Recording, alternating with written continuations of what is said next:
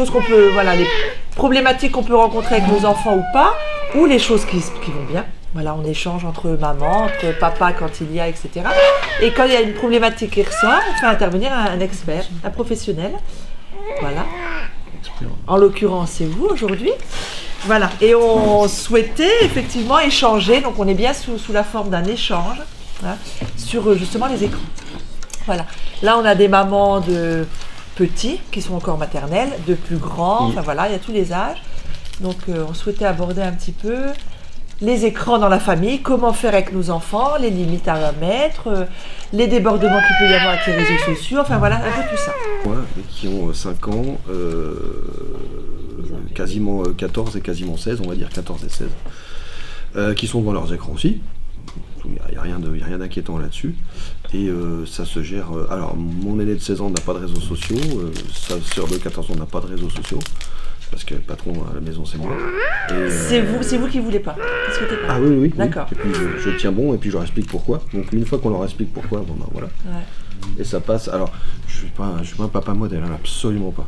Je sais très bien que c'est pas évident d'élever des enfants, mais il y a quelques petites règles à adopter à la maison et ça se passe très bien. Il n'y a aucun souci là-dessus. J'ai un certain nombre d'années d'expérience gendarmerie derrière moi, mais la BPDJ, ça fait que 2 ans et demi que j'y suis. Donc la BPDJ, c'est la brigade de prévention de la délinquance juvénile. Peut-être qu'on l'a déjà présenté. Cette unité, elle est basée à Migène. On est 5 gendarmes pour tout le département à faire uniquement de la prévention. Donc prévention numérique, on en fait, hein, l'éducation numérique, la prévention numérique, mais prévention routière, prévention addiction, stup, alcool, drogue, stup et drogue, c'est la même chose, de la prévention sur le harcèlement scolaire, sur le bien vivre ensemble, et ainsi de suite. Voilà. Donc on vient à la demande de nos partenaires, comme aujourd'hui. Et en aucun cas on s'impose aux établissements scolaires, aux associations. Donc on travaille dans les écoles, les collèges, les lycées, les centres de formation, les CIFA, les CFA, les centres sportifs, parce qu'on travaille aussi avec la GIA, notamment les semi-pros. Voilà, on a un certain nombre de partenaires, dont à Vallon, que ce soit les collèges, les lycées et diverses structures avalonnaises, où là je suis d'ailleurs, je tiens à le dire quand même, ça c'est important. Particulièrement content d'être là aujourd'hui parce que ces cafés parents, ça existe dans tout le département, hein, dans beaucoup de villes. J'ai déjà fait des appels du pied à plusieurs reprises en disant on existe, hein, si jamais vous voulez nous inviter. C'est la première fois qu'on a invité un café parent. Les préventions qu'on fait dans les collèges, les lycées, les écoles, nous on aimerait bien continuer le dialogue qu'on a avec vos enfants, le continuer avec vous. Et malheureusement, quand on essaye de provoquer des conférences adultes, les gens ont, pour certains, autre chose à faire, d'autres ne sont pas intéressés parce qu'ils estiment qu'ils n'ont pas de problème particulier avec leurs enfants.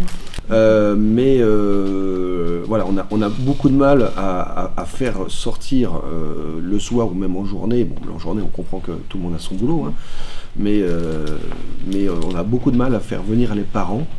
Même hors de l'école, parce qu'on comprend qu'il y a des gens qui n'ont pas envie de retourner dans une enceinte scolaire, hein, ça peut se comprendre tout à fait. Il y a des gens qui ont été perturbés par l'école, et voilà, ça se respecte. Mais voilà, donc c'est pour ça que je suis vraiment content d'être là, et c'est bien, c'est intimiste d'être en petit comité comme ça. On pourrait croire que oui, les gendarmes, s'il n'y a pas 200 personnes, ils ne se déplacent pas. Non, moi, j'ai eu des soi-disant des conférences avec 10 personnes, quoi. Voilà, c'est pas soi-disant, ça reste des conférences, donc moi je suis très content d'être là avec vous et on va pouvoir. On souhaite que ce soit dans l'échange, donc c'est vrai qu'un petit groupe comme ça, c'est intéressant. Il faut que ce soit dans l'échange parce que voilà, si je fais une conférence de 2 heures, pour vous ça n'a pas grand intérêt, quoi. Le but c'est d'essayer de répondre au maximum à vos inquiétudes et à vos questions. Limite à faire du cas par cas, si vous avez c'est ça, si vous avez des questions particulières. Bien sûr que oui, si vous n'en avez pas, je peux effectivement vous apporter le retour qu'on a nous des collégiens, des lycéens sur ce qui se passe, et puis peut-être aussi casser certains mythes aussi, parce que la situation n'est pas si grave que ça. Elle est pas à prendre à légère dans certaines situations, mais en même temps.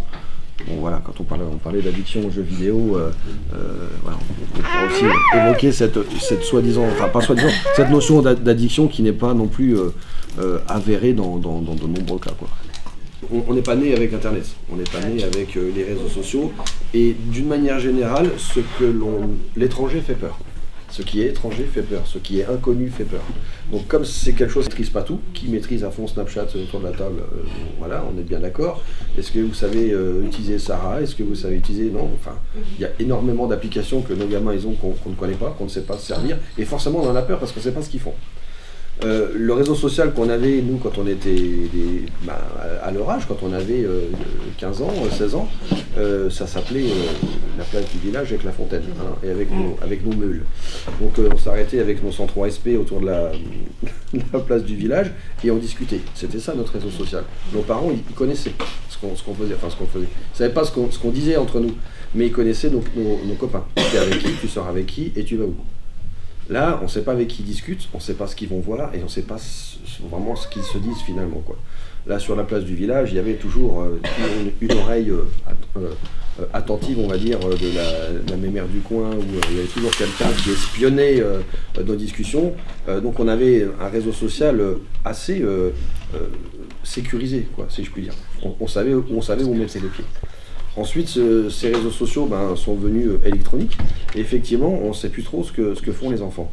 Mais c'est comme tout le reste. Autoriser les réseaux sociaux, il n'y a aucun souci là-dessus. Ils sont nés avec. Maintenant, il faut avoir la main sur le matériel. Ça, ils n'ont pas travaillé 8 heures à l'usine pour se le payer. D'accord ? Donc, quand vous leur offrez un téléphone, il faut leur offrir aussi les conditions qui vont avec.